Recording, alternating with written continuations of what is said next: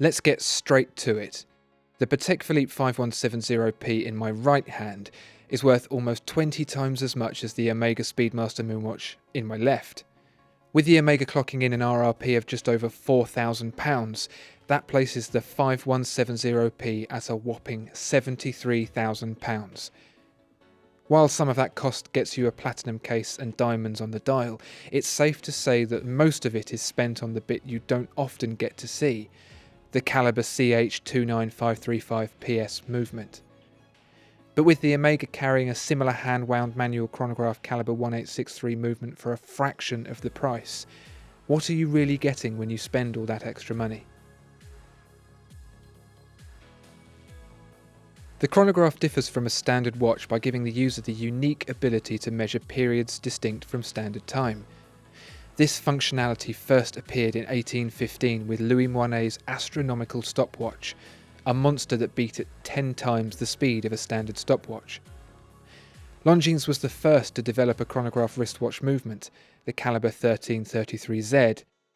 If you were to sit it side by side with these two, it would be immediately obvious that not much has changed. The basic architecture is identical. This Patek Philippe, in fact, supersedes a movement that shares the same Le Manier lineage as the Omega. The operation is much the same as well. Let's run through it. To operate most chronographs, the pusher at 2 o'clock is pressed first. This starts the movement by engaging the coupling yoke, which connects the running seconds to the chronograph mechanism by way of the coupling wheel. For smooth meshing and to avoid jamming, the teeth on the chronograph runner wheel are finer than on the coupling wheel. When the pusher is pressed again, the chronograph is stopped by disconnecting the coupling wheel. The blocking lever is also applied, a brake that holds the chronograph still.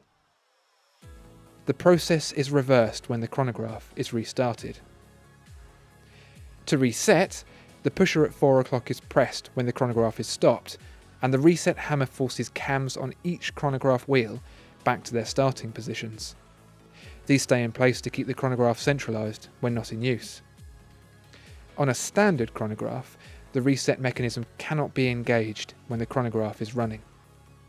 It's a surprisingly complex process, making the chronograph movement one of the most intricate complications available. What can Patek Philippe do to it to make it worth £70,000?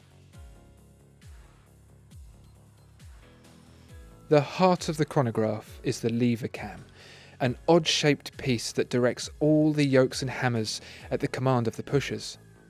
Well, it is for the Omega, because the Patek Philippe has a column wheel instead, a complex piece that offers smoother, more precise operation at the cost of being far more difficult to make.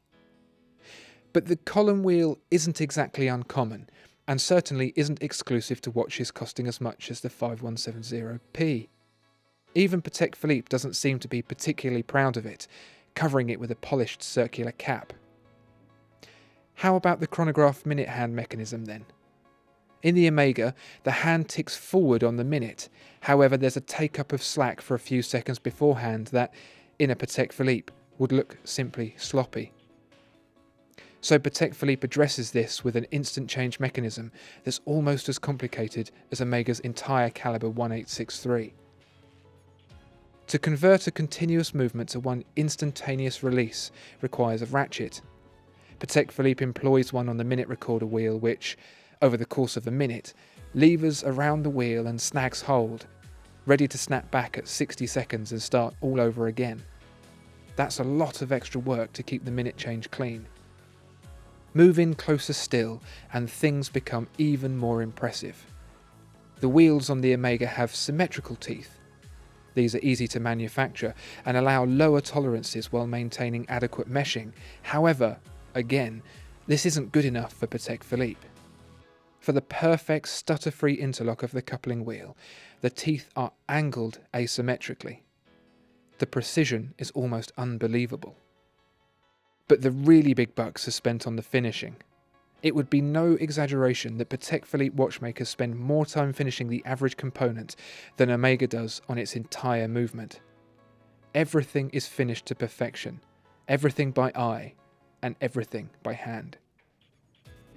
Before finishing even begins, Any little burrs or scraps are removed so they don't clog any of the intricate workings. Then the bevels are shaped by eye to an exact 45-degree angle, including the tricky acute angles.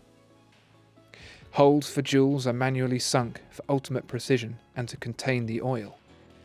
The wheels are the same, all hand sunk. Teeth, even on the tiny pinions, are individually polished.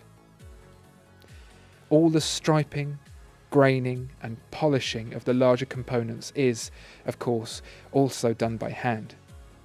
Each circle in the circular graining is applied one by one, by eye. The scale of work is immense. A single pinion requires 65 individual steps to finish to Patek Philippe standards. Let that sink in. Compared to Omega's calibre 1863, it's night and day. And it goes beyond what can be seen. Every single component, whether it's visible or not, is finished to the same astronomic level. Doesn't matter if it's buried right in the middle, never to be seen again. It's hard to put a price on perfection, but when Patek Philippe approaches its pieces without a thought to budget, watches like the 5170p emerge. The Omega movement is very good, exceptional for the price, but the Patek Philippe is quite simply on another level. I'm sure that's what you expected, but perhaps the scale of the differences will be surprising. What do you think? Do you think the Patek Philippe justifies its cost? Let us know in the comments below.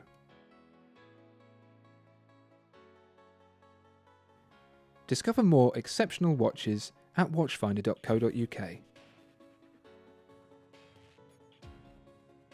If you enjoyed this video, please like and subscribe. If there are any other watches you'd like to see reviewed, please let us know in the comments below.